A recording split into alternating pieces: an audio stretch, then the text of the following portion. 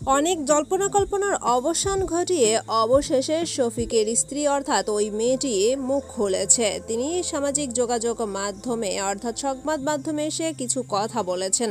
চলুন আজকে তার কথাগুলো জেনে নেই। সেগুলো জানতে হলে পুরো ভিডিওটি দেখতে থাকুন এবং ভিডিওটি ভালো লাগলে অবশ্যই একটা লাইক দিবেন। শফিকের স্ত্রী বলে যাকে গণ্য করা হচ্ছে সেই মেয়েটি মুখ খুলেছেন। এবার তিনি বলছেন শফিক যে কাজ করেছে সেই কাজের জন্য তার অবশ্যই শাস্তি পাওয়া উচিত। একটি মেয়ে হয়ে নিজের নামে এভাবে বদনাম তো আমি ইচ্ছা করে রটাবো না, কোনো স্বার্থ থাকবে না এভাবে নিজের নামে কলঙ্ক ছেটানোতে।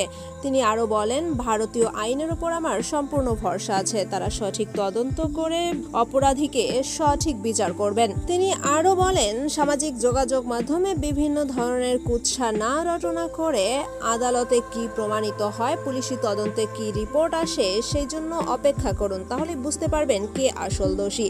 ভিডিওটি ভালো লাগলে অবশ্যই আমাদের চ্যানেলটি সাবস্ক্রাইব করবেন।